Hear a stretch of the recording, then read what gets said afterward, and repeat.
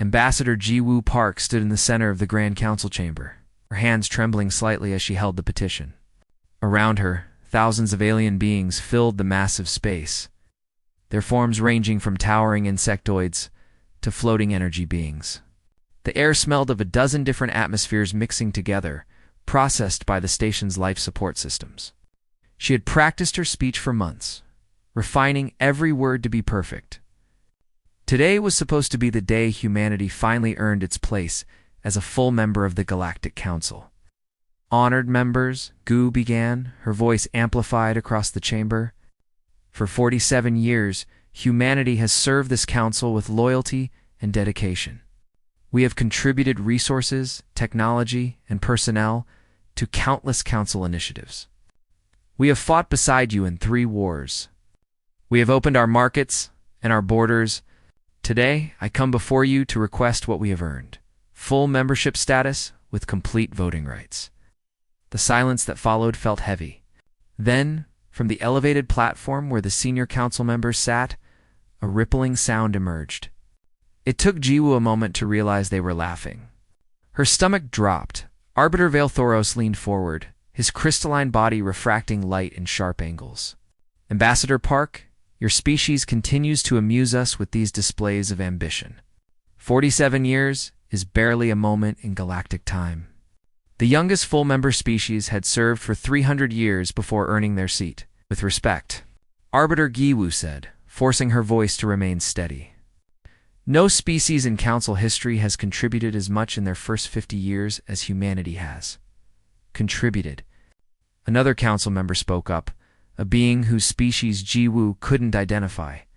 You mean you have desperately tried to prove yourselves worthy? There is a difference, human. Vaelthoros raised one of his limbs and the chamber fell silent. We have discussed your petition in advance, Ambassador. The council has reached a decision. He paused, and Ji-woo felt hope surge in her chest. Your request is denied. Furthermore, the council has concerns about humanity's military expansion. Your species builds warships at an alarming rate. You possess weapons technology that makes us uncomfortable. Ji-woo's hope shattered. Our military exists only for defense.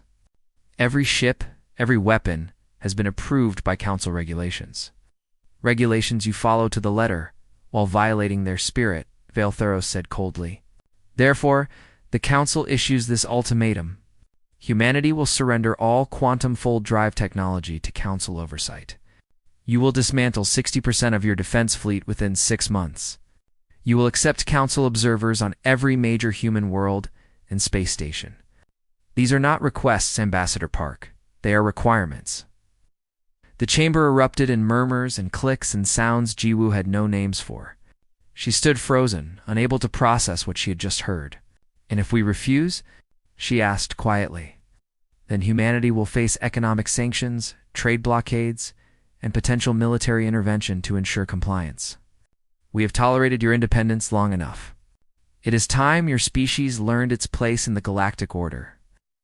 Gu looked around the chamber, searching for any sympathetic faces. She found none. Every species that had once called Earth a friend now looked away or nodded in agreement. They had all been where humanity was now, she realized. They had all been broken and trained to accept their inferior position. I will convey your message to my government, Ji-woo said, her voice hollow. I see that you do, Vaelthoros replied. You have 30 days to respond. Dismissed. The journey back to Earth took 3 days through the Quantum Fold network. Ji-woo spent every moment of that journey composing her report and preparing for what would come next. She knew how humanity would respond. She had known at the moment Vaelthoros spoke those words. When her ship emerged near Earth's orbital stations, she was immediately contacted by President Hae-won Lee's office. Within an hour, she was standing in the emergency session of the United Government, surrounded by representatives from every nation and territory. Humanity controlled. Admiral Han-woo Kim sat at the military advisory table, his weathered face impassive as Ji-woo delivered her report. General Tae-yong-shin whispered urgently to the Joint Chiefs. Intelligence Director Yoona Beek made rapid notes on her tablet. President Lee listened in silence, her expression growing harder with each word. When Jiwoo finished, the chamber erupted in angry shouts. Representatives demanded action, revenge, war. President Lee raised her hand, and silence fell. "Admiral Kim," the president said calmly, "give me your military assessment."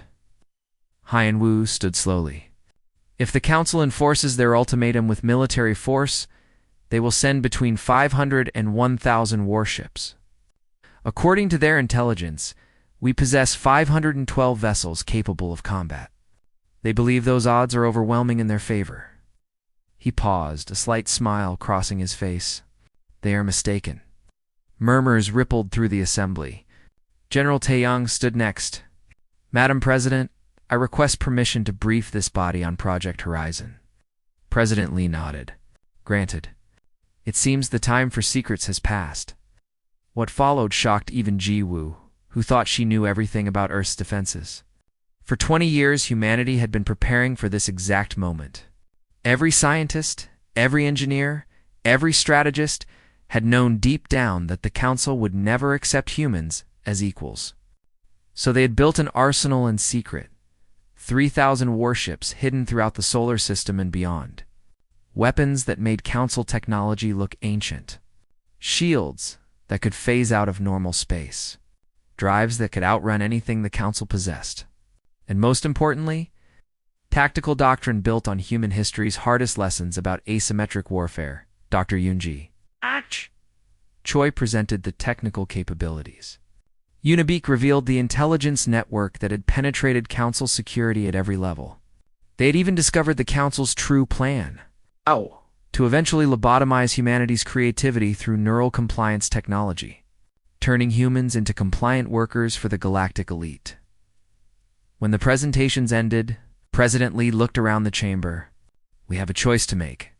We can surrender our sovereignty and eventually our identity, or we can fight for our freedom knowing the cost will be high." The vote was unanimous. Not a single voice dissented. President Lee turned to Admiral Hyen-woo. "Prepare the fleet. When the Council comes demanding our submission, they will find something very different waiting for them." Jiwoo felt a strange sensation in her chest. Fear, certainly. But also something else. Pride. Hope. Her entire career had been built on diplomacy, on finding peaceful solutions. But some things were worth fighting for. Some prices were too high to pay as the emergency session concluded in military. Orders began flowing out to every human installation. Jiwoo composed one final message to the Galactic Council. It was simple, direct, and unmistakably clear. Earth's answer is no. We reject your ultimatum. We withdraw from the Galactic Council, effective immediately. If you come for us, come prepared for war. She encrypted the message and sent it through every communication channel simultaneously, ensuring every species in the galaxy would see it. Then she walked to the observation deck and looked at Earth below, beautiful and blue and fragile. Somewhere out there, the Council was about to make a terrible mistake. They thought humanity would break. They were about to learn what humans did when pushed too far. The Council's response came within hours. Vale Thoros appeared on every screen across human space, his crystalline form glittering with what might have been amusement. Humanity's defiance is noted and dismissed. You cannot survive without Council trade networks. Yes. Without access to quantum routes. Without our protection from the hostile species that lurk in deep space. Within a month, you will beg to accept our terms. Within a year, you will be extinct. The broadcast cut off, and Admiral Hyen-woo watched it from the command center of the Lunar Defense Station. Around him, officers monitored displays showing ship movements across human territory. He turned to his second-in-command, Captain Sora Han, a young woman whose tactical brilliance had earned her rapid promotion. "They really believe it," Sora said quietly. "They actually think we're helpless." "Good," Hyen-woo replied. "Let them believe it a little longer." "Is the fleet ready?" "Every ship is in position, sir. Crews are at battle stations. We're just waiting for your order." Hyen-woo nodded and opened a secure channel. "All stations, this is Admiral Kim. Execute protocol revelation. Show them what we've built." Across the solar system, camouflage fields dropped. Asteroids that had seemed natural suddenly revealed themselves as massive battle stations. Empty regions of space rippled as stealth vessels powered up their engines. On Mars, beneath the surface, hangar doors opened to release squadrons of fighters. Around Jupiter's moons, construction yards that supposedly built cargo ships unveiled their real purpose. The Council's spy network, which had been carefully monitored and fed false information for 2 decades, suddenly transmitted images back to their masters. 3,000 warships where there should have been 500. Weapons installations everywhere. Defense platforms surrounding every major population center in the underground facility beneath Seoul. Dr. Sangmin Kong watched the monitors with satisfaction. His quantum physics team had worked for 15 years on the Singularity Drive. And now, every human warship possessed technology that made them 3 times faster than any Council vessel. He had tested it himself, riding in a prototype that had crossed the solar system in hours instead of days. "Will it be enough?" asked his assistant, a young researcher named Dayung. "The drives?" "Yes," Sangmin replied. "But drives alone don't win wars. We need everything working together." In another section of the facility, Dr. Yoonji Choi ran final checks on the phase shield generators. The technology was insane, really. It allowed a ship's shields to become intangible for brief moments, letting enemy fire pass through harmlessly before solidifying again. Combined with the singularity drives, human ships could dance through battles like ghosts. Dr. Choi, a technician, called out, "We're getting reports from the outer colonies. Council scouts have been spotted near the Neptune relay." Yoonji smiled coldly. "Let them look. By the time they report what they've seen, it won't matter." President Haewon Lee addressed humanity from her office in Geneva. The speech was broadcast to every human settlement, from Earth to the farthest mining colony. "My fellow humans," she began, her voice steady and strong. "For 47 years we have tried to earn respect through service. We believed that if we worked hard enough, if we proved ourselves valuable enough, the galaxy would accept us as equals. We were wrong." She paused, letting the words sink in. "The Galactic Council does not want equals. They want servants. They want us to surrender our ships, our technology, our freedom. They want to control us completely. And when we refused, they threatened us with destruction. So today, I want to show you what we've really been building while they thought we were weak." The broadcast switched to images from across human space. The revealed fleet, the weapons platforms, the defense stations. Ships so advanced, they looked like they came from science fiction. For 20 years, our best minds have been preparing for this moment. We knew the Council would never accept us, so we built the means to stand on our own. In the Intelligence Directorate's headquarters, Unibeak reviewed the files she had spent a decade compiling. The Council's darkest secrets, gathered through careful infiltration and patient observation. She had agents placed in 24 Council species governments. She had cracked their military codes. She knew their fleet positions, their supply chains, their weaknesses. Most importantly, she had discovered Project Compliance. The Council's ultimate plan for humanity involved neuromodification technology that would suppress human creativity and independence. They wanted to turn humanity into a species of brilliant but obedient workers, solving problems for the galactic elite while never questioning their place. UNA compiled all the evidence into a single devastating report and released it simultaneously to every independent news network in the galaxy. Within hours, the truth spread like wildfire. The Council wasn't a benevolent organization maintaining peace. It was an empire that systematically broke every species that showed too much independence. The reaction was immediate and chaotic. Species that had long suspected the Council's true nature now had proof. Junior member species began demanding investigations. Some of the Council's own members expressed outrage at the revelation. The political situation that had seemed stable for centuries suddenly became fragile.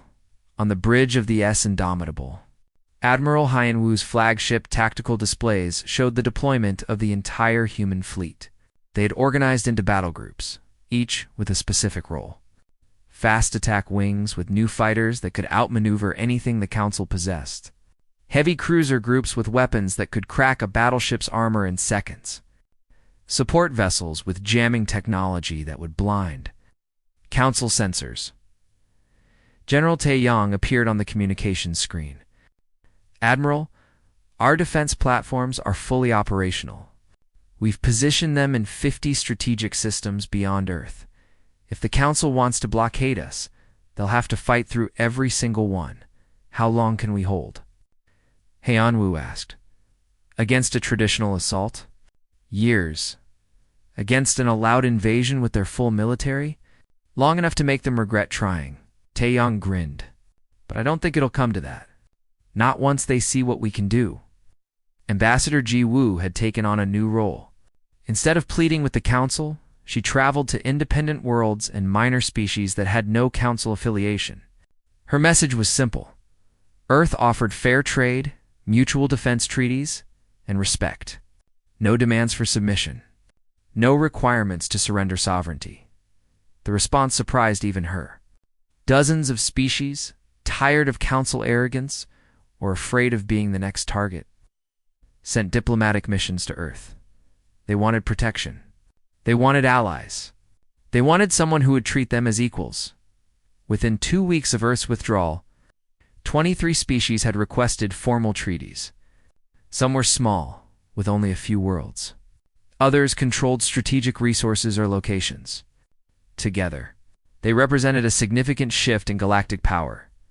Jiwoo stood in the new diplomatic center built in orbit around Earth, welcoming representatives from across the galaxy. We're not building an empire, she told each delegation. We're building an alliance of free peoples.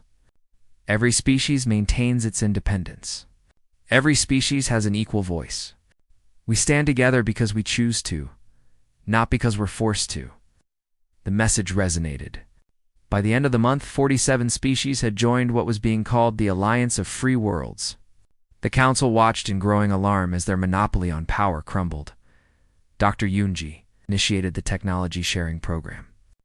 Carefully selected innovations were given to allied species, helping them advance their capabilities while keeping humanity's most critical advantages secure. The phase shield technology was shared with 3 species that had strong industrial bases. The singularity drive remained human only. But improved sublight engines were distributed widely. The galaxy was changing. Species that had been isolated or oppressed now had options. Trade routes that had only gone through Council space suddenly had alternatives. The economic implications were staggering. In the Council's central chambers, Vaelthoros raged at his subordinates. How did this happen? How did the humans build all of this without our knowledge? An intelligence officer, clearly terrified, explained what their analysis had revealed. They've been planning this for decades, Arbiter. Every cargo ship we thought was commercial was actually carrying military components. Every research station was developing weapons. Every resource survey was hiding military construction. They played us perfectly. Vaelthoros slammed his appendage on the table, creating a crystalline ringing sound. Then we crush them now, before they grow stronger. Assemble the fleet. We're going to Earth. Fleet Commander Vexilor stood on the bridge of his massive dreadnought, the pride of unity, and watched as 500 Council warships assembled in formation. It was an impressive sight, the largest fleet mobilization in 3 decades. Ships from a dozen different species, all united under Council authority, all ready to teach humanity a lesson about defiance. Open a channel to Earth, Vexilor commanded. Let's give these primitives one last chance to surrender.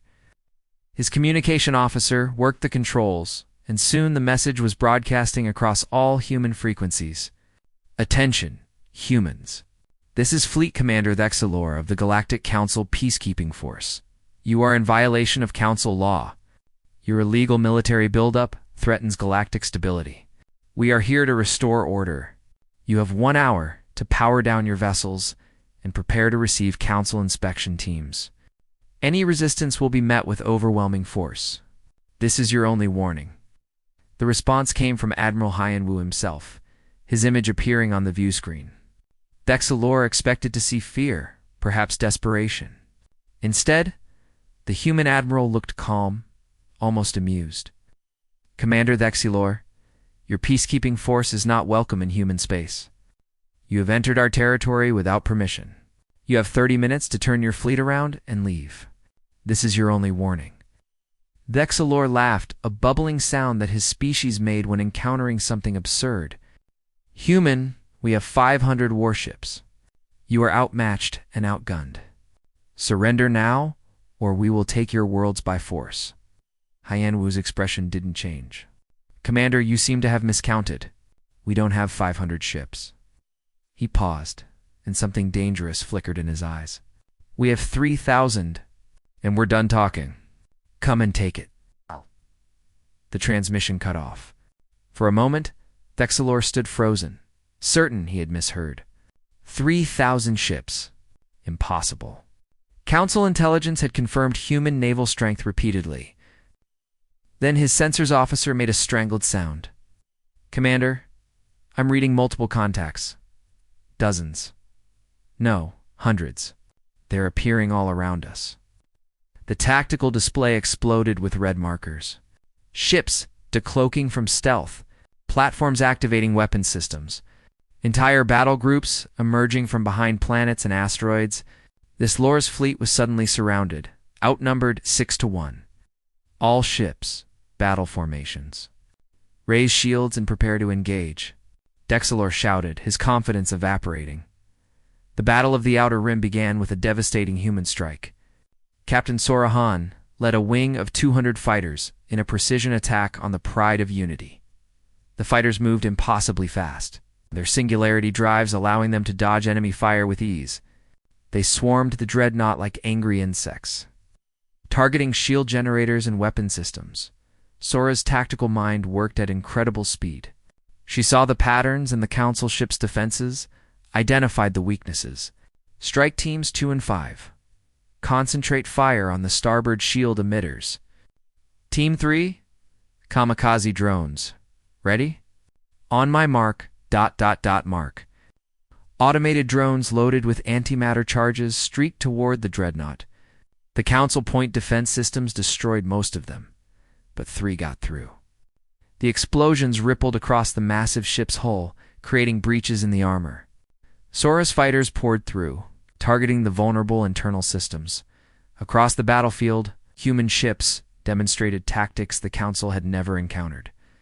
They didn't engage in the traditional line battle that galactic warfare had followed for millennia. Instead, they used hit-and-run attacks, appearing from nowhere to strike critical targets before vanishing again. Human cruisers equipped with phase shields would charge straight through enemy formations, their shields flickering in and out of normal space. Council weapons fire passed through them harmlessly during the phase-out moments. Then the shields would solidify. The human ships would unleash devastating broadsides at point-blank range.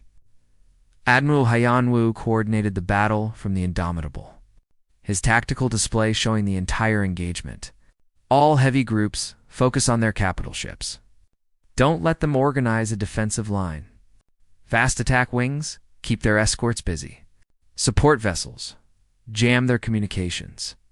I want them blind and confused.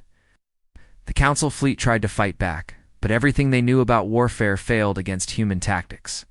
Their commanders expected orderly engagements with clear battle lines. Instead, they faced chaos. Human fighters attacked from 12 different angles simultaneously. Ships that should have been destroyed by direct hits phased their shields and survived. Weapons that should have missed curved through space with impossible accuracy. On the Pride of Unity, Vexilor watched his fleet disintegrate. Ship after ship reported critical damage. Some tried to retreat but found human vessels blocking every escape route. The humans weren't just winning. They were demonstrating complete tactical superiority. "Sir, the Vengeance has been destroyed. The Eternal Guardian is venting atmosphere." The battle hymn reports engine failure. The reports kept coming, each one worse than the last. Dexilor made a decision he never thought he would make. All ships, emergency retreat. Break formation and scatter. Every vessel for itself. But even retreat proved difficult. Human ships pursued relentlessly, their superior speed allowing them to chase down fleeing Council vessels. Some council ships managed to activate their quantum fold drives and escape. Most didn't get the chance. The battle lasted 16 hours. When it ended, 340 council ships were destroyed or captured. Another 73 were damaged so badly they would never fly again. Only 47 ships managed to escape, limping away through quantum fold to carry news of the disaster. Humanity lost 18 ships, mostly fighters and small escorts. Every human casualty was mourned, but the strategic victory was overwhelming. The Council had sent its peacekeeping force to crush human defiance. Instead, that force had been annihilated. Sora's strike wing had crippled the pride of unity, and boarding teams secured the vessel. Vexilor himself was taken prisoner, along with his entire command staff. They were treated according to human military law, given medical care and proper accommodations. Vexilor couldn't understand it. His people would have executed defeated enemies, or at least humiliated them. The humans were polite, almost respectful. Why? He asked Admiral Hyanwu when they met. Why treat us well after what we came here to do? Hyanwu looked at him steadily. Because we're not monsters, Commander. We fought you because we had to, not because we wanted to. You're prisoners of war, and you'll be treated as such. When this conflict ends, you'll be returned to your people.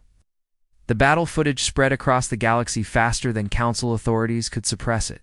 Every species saw the same thing, human ships moving with impossible grace. Human tactics, creating chaos, human weapons tearing through Council vessels.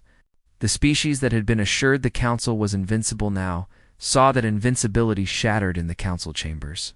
Panic set in. Velthros faced angry questions from representatives of dozens of species. How could this happen? Our intelligence said humans were weak. You promised an easy victory. The humans deceived us, Velthros insisted. They hid their true capabilities. But this changes nothing. We will assemble a larger fleet, 10,000 ships, if necessary. We will crush them. But when he tried to call for military support, species after species refused. They had seen what human weapons could do. They had watched a force of 500 warships get destroyed. None of them wanted to send their ships to the same fate. Some species began secret negotiations with Earth, seeking trade agreements and non-aggression pacts. Others recalled their ambassadors from Council space entirely. The political structure that had maintained order for centuries started to crack. Ambassador Jiwoo received delegations from species she had never heard of, all asking the same questions. Could Earth protect them from the Council? Would the Alliance accept new members? What were the terms? Freedom, Jiwoo told them. You keep your independence, your sovereignty. We offer mutual defense and fair trade. No species dominates another. Everyone has an equal voice. That's all we ask. The message resonated. Within a week, 17 more species joined the Alliance. Within 2 weeks, 31. The Council watched in horror as their empire crumbled. General Taeyong oversaw the deployment of defense platforms and strategic systems throughout the expanding Alliance territory. Human engineers worked alongside allied species to build fortifications. The message was clear. This space was defended, and anyone who attacked would face the full might of the Alliance. Dr. Yunji's team began analyzing captured Council technology. Most of it was inferior to human designs, but some concepts were interesting. She shared the useful discoveries with allied species, further cementing the bonds of cooperation. President Haewon addressed the galaxy again. The Council came to conquer us, to force us into submission. They failed. But we don't seek revenge. We seek only to live free and to help others do the same. Any species that wishes to join us in building a new galactic order based on mutual respect is welcome. To those who prefer the old ways, we say this: leave us alone, and we'll leave you alone. But if you come for us again, the result will be the same. The news of the Council's defeat spread like a virus through every communication network in the galaxy. On 1,000 worlds, billions of beings watched the battle footage in stunned silence. The Galactic Council, the ancient power that had ruled space lanes for over 2,000 years, had been crushed by a species barely 50 years old in galactic society. Counselor. Dinzara watched the emergency session with growing concern. The chamber that normally buzzed with orderly debate had descended into chaos. Representatives shouted accusations at each other, blame flying in every direction. Some demanded immediate military retaliation. Others called for peace negotiations. A few even suggested the council should dissolve entirely. Order. Vaeltheros bellowed, his crystalline form flashing with agitation. We must present a united front. The humans must see that their victory was meaningless, that we remained strong. Strong? Dinzara stood, her species' method of showing contempt. Commander Thexalor sent 500 of our finest warships, and 47 returned. That is not strength. That is humiliation. Then we send 10,000 ships, Vaeltheros insisted. We mobilize every vessel in council space.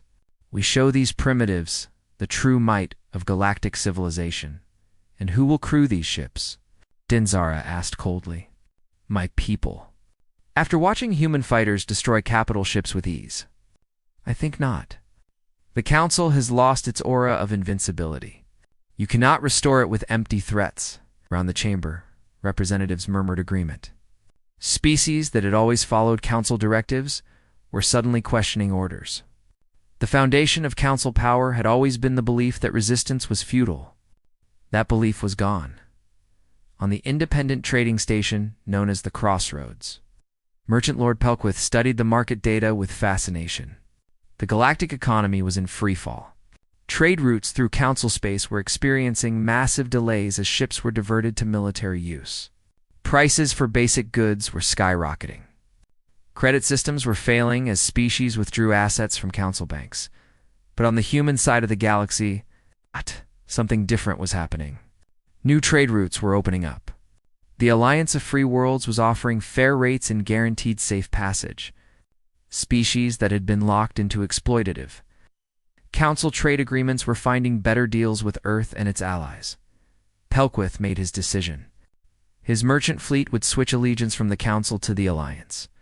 It was a calculated risk, but the humans seemed to value trade and treated their partners fairly. Besides, backing the winning side was always good business. He wasn't alone. Across the galaxy, merchants and traders were making the same calculation. Within a month, nearly 40% of independent commercial shipping had shifted to Alliance-protected routes. The Council's economic dominance was collapsing as fast as its military reputation. Captain Jinho Yoon commanded a diplomatic mission fleet of 50 ships, traveling to neutral systems and presenting Earth's offer of alliance. He had been a military officer before his diplomatic assignment, and he understood what his fleet represented. It wasn't just about making friends. It was about showing the galaxy that Earth could project power anywhere. On the world of Kelmor, minor species that controlled a strategic asteroid belt, Ginho met with their planetary council. The Kelmarians were cautious beings, insectoid creatures, who made decisions slowly and carefully. We have been neutral for 6 centuries, their speaker said. Why should we risk council anger by joining your alliance? Ginho pulled up a holographic display showing recent events. Because the council is dying? Look at the economic data.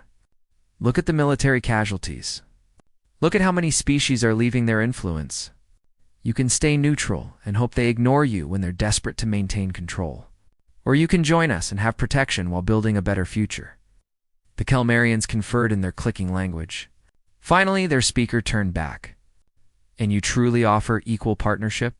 Our voice matters as much as Earth's. Every member species has equal representation in alliance decisions, Jinho confirmed. That's not propaganda. That's in our founding charter.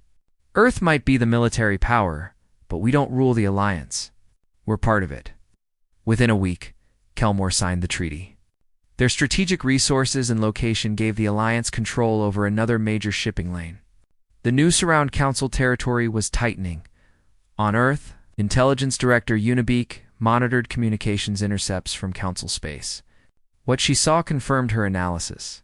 The Council was fracturing from within. Member species were arguing about who was responsible for the disaster. Some were demanding Vaeltheros resign. Others wanted to negotiate with Earth immediately. She compiled the intelligence into a brief for President Lee. The Council is weaker than it's ever been. They're losing economic power, military credibility, and political cohesion. If we push now, we might be able to force major concessions without another battle. President Lee considered this carefully. And if we push too hard, they might rally out of desperation and give us that 10,000-ship fleet Valtheros keeps threatening. It's a balance. We need to look strong enough that resistance seems pointless, but not so aggressive that we unite them against us. Ambassador Jiwoo's diplomatic tours was bearing fruit. She visited 20 systems in 30 days, and each one brought new species into the Alliance fold. Some were small, single-planet civilizations grateful for protection. Others were regional powers with their own fleets and resources. On the water world of Aquaria, she met with an ancient species that had never joined the Council, preferring isolation. Their representative, a being whose name translated roughly as Deep Current, listened to her presentation. Humans are very young, Deep Current observed. How do we know your alliance will not become another council in time? Power corrupts, as your own saying goes. Jiwoo nodded. It's a valid concern. That's why our charter includes mechanisms to prevent any one species from dominating, term limits on leadership positions, unanimous consent requirements for major decisions, independent oversight committees. We learn from history, both ours and yours. We're trying to build something different. If Earth decides these rules no longer serve you, then the other members can vote us out, Jiwoo said simply. We have the military power, yes, but we're outnumbered democratically. If we try to turn the Alliance into an empire, we'll lose it. That's by design. Aquaria joined 3 days later, bringing advanced water purification technology and agricultural techniques that would benefit dozens of Alliance worlds in Council space. The panic was becoming visible. Ships were being recalled from exploration missions to bolster defenses. Trade inspections were increasing, causing massive cargo delays. Some Council species were quietly moving assets out of central territories. Preparing for possible collapse, Valtheros called for a vote on military mobilization. He needed a 2/3 majority to authorize the massive fleet he wanted to build. The vote failed. Nearly half the Council voted against it, and another quarter abstained. The message was clear. The member species did not trust Council leadership to win a war against humanity. You are cowards, Valtheros raged at the assembly. The humans have made fools of us. And you want to negotiate? They will demand our surrender. Dinzara stood again. Perhaps we should surrender some of our pride. The humans didn't attack us. We attacked them. We demanded they disarm and submit. They refused and defended themselves successfully. Maybe the lesson here is that we were wrong. The chamber erupted in argument. Some supported Dinzara. Others called her a traitor. The council that had been united for centuries was tearing itself. Part Dr. Sangman received a request from an Alliance member species asking for help with their failing power grid. Within a week, human engineers arrived with technology and expertise. They didn't charge exorbitant fees or demand political concessions. They just fixed the problem and moved on to the next crisis. This pattern repeated across Alliance space. When member species had problems, Earth helped solve them. It wasn't altruism. It was practical. A strong alliance benefited everyone. But the contrast with the Council's exploitative approach was stark. General. Taeyang watched as more Council species made secret contact with Alliance representatives. They weren't ready to publicly defect yet, but they were preparing for that possibility. He updated Earth's strategic plans to account for potential. New members who might need immediate military protection when they announced their departure from the Council 6 months after the Battle of the Outer Rim. The galaxy had transformed. The Alliance had grown to 73 member species. Council territory had shrunk by nearly a third. Trade routes had been redrawn. Military power had shifted dramatically, and the most significant change was psychological. For 2,000 years, species had believed the Council was invincible, that resistance was pointless. Now they knew better. One species had said no, had fought back, and had won. If humans could do it, maybe others could too. President Lee addressed the united government with quiet satisfaction. We didn't just win a battle. We've started a revolution. The old galactic order is dying, and we're helping build something better. Beltharo stood before the council one final time, his crystalline body dimmed with defeat. 6 months of political maneuvering had led to this moment. The vote of no confidence had passed. He was being removed as arbiter, blamed for the disaster that had befallen the council. His replacement, Dinzara, had already been sworn in. "You are fools," he said bitterly. "The humans will not stop with freedom. They will conquer.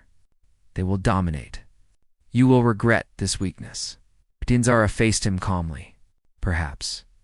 But we will not regret refusing to throw more lives away in a war we cannot win. You may leave, former arbiter. Your service is ended." As Veltharos departed, Dinzara turned to face the diminished council. Where once hundreds of species had been represented, now barely 90 remained. The rest had either joined the alliance or declared independence. "We must negotiate," she said simply. "The alternative is total collapse." Admiral Heonwoo received the council's request for peace talks with mixed feelings. Part of him wanted to press the advantage, to force the council into complete surrender. But the wiser part knew when to stop fighting. Earth had won what it needed: freedom, respect, and the right to chart its own course. "We'll talk," he told President Lee. "We negotiate from strength. The fleet stays at battle readiness until we have a treaty." The negotiations took place on a neutral station, far from both Council and Alliance territory. Ambassador Giwu led the human delegation. Her years of diplomatic experience finally useful in a context where Earth wasn't the supplicant. Across the table, Dinzara led the Council representatives. "We propose a division of territory," Dinzara began. "The Council maintains its core systems. The Alliance has its sphere of influence. We establish clear boundaries and non-aggression protocols." "And what about species that want to leave the Council?" Jiwoo asked pointedly. Dinzara hesitated, then nodded. "Any species that wishes to depart may do so without penalty. We will not hold them by force." The negotiations continued for weeks. Every detail had to be worked out carefully.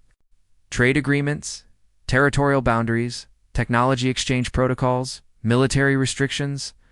The galaxy was being reorganized, and everyone wanted their interests protected. While the diplomats talked, events continued to unfold. 3 more Council species announced their intention to leave and join the Alliance. The Council's economy continued to struggle as trade networks reorganized around Alliance routes. Some Council species were experiencing food shortages because they had relied on trade agreements that were no longer honored. Captain Sora, promoted to Commodore for her tactical brilliance during the battle, oversaw the training of Alliance naval forces. Ships from dozens of species were learning to fight together, combining their unique capabilities with human tactical doctrine. It was challenging work, but the results were impressive. A combined alliance. Squadron of ships from 8 different species conducted exercises near former Council territory. The maneuvers were observed by Council scouts, who reported back with alarm. The Alliance wasn't just humans with allies. It was becoming a genuinely integrated military force. Dr. Yunji's technology sharing program expanded dramatically. She worked with scientists from 30 different species, finding ways to combine their knowledge. An aquatic species contributed advanced fluid dynamics that improved human ship cooling systems. A crystalline species shared techniques for energy storage that enhanced human weapons. Innovation accelerated as barriers fell. General Taeyong dealt with a new problem: the Council's desperation. As their situation worsened, some Council military commanders were advocating for a final, loud assault on Alliance territory. Intelligence suggested they might attempt a massive strike even without official authorization. "We need to be ready," Taeyong told the Alliance Military Council. "The Council might decide that going down fighting is better than slow collapse. If they attack, it needs to be their last." Mistake. Captain Jinho's diplomatic fleet discovered a troubling situation on the independent world of Sarek. A Council battle group had arrived and was demanding the planet. Submit to Council authority or face bombardment. The Serakians had recently signed an alliance treaty, but their defenses were minimal. Ginho made a decision without waiting for orders. His 50 ships moved into Serac orbit and positioned themselves between the planet and the Council fleet. The Council commander, a veteran officer named Kelroth, opened communications. Commander Kelroth Serac is an alliance member. You are threatening our allies. You have one chance to leave peacefully. Kelroth's expression showed contempt. You have 50 ships. I have 80. The math is simple, Jinho smiled. Commander, have you been paying attention the past 6 months? Math doesn't work the way you think anymore. Last chance. Leave now. Kelroth attacked. It was a catastrophic mistake. Jinho's fleet used phase shield technology and superior maneuverability to devastating effect. Within 2 hours, 40 Council ships were disabled or destroyed. The rest fled, including Kelroth's damaged flagship. The Alliance hadn't lost a single vessel. The incident at Serac had major implications. The Council had broken the informal ceasefire during negotiations. More importantly, they had lost again, this time to a smaller force. It was proof that the gap between human and Council military capability was even larger than previously believed. At the negotiating station, Dinzara received the news and closed her eyes in frustration. This changes things, she said to Jiwoo. It does, Jiwoo agreed. Your military tried to bully an alliance member while we were negotiating peace. Some of my advisors are calling for us to walk away from these talks and simply wait for the Council to collapse completely. What do you want? Jiwoo considered carefully. I want a galaxy where different species can coexist without one group dominating all the others. I want fair trade, mutual respect, and cooperation. I don't want to rule over Council species or see them destroyed. But I also won't accept anything less than full equality. Dinzara made a decision that would have been unthinkable months ago. Then let us write a new treaty. Not a division of territory, but a framework for coexistence. The Council and the Alliance as separate but equal entities, with mechanisms for cooperation and rules to prevent conflict. The Treaty of Terra took another month to finalize. It established several key principles. First, any species could choose which organization to join or remain independent. Second, both the Council and Alliance would respect each other's territory. Third, trade would be open and fair, with no blockades or sanctions used as political weapons. Fourth, a neutral mediation body would resolve disputes. Most importantly, the treaty required the Council to fundamentally reform. No more forced membership. No more exploitative trade agreements. No more secret projects to control member species. The Council could continue to exist, but only if it operated by the same principles of consent and equality that the Alliance had adopted when the treaty was announced. The reaction split along predictable lines. Hardline Council species rejected it as surrender. Reform-minded species celebrated. Alliance members were satisfied that their security was guaranteed. Over the following year, the Galactic Order reorganized completely. 63 more species left the Council, with 47 joining the Alliance and 16 choosing independence. The Council stabilized at 31 core member species, mostly those who had been part of the original founding, but something unexpected happened. The Council that remained wasn't the same organization. Dinzara led reforms that transformed it from an empire into something closer to a genuine cooperative. The threat of losing more members forced real change. Some species that had initially planned to leave decided to stay and see if the reformed Council could work. Admiral Hanwoo, now Supreme Commander of Alliance forces, oversaw the integration of ships and crews from over 100 species.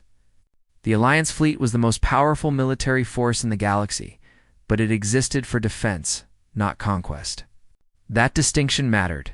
Ambassador Giwu became the first Secretary General of the Alliance Council, coordinating between member species and managing the complex web of relationships that held the Alliance together.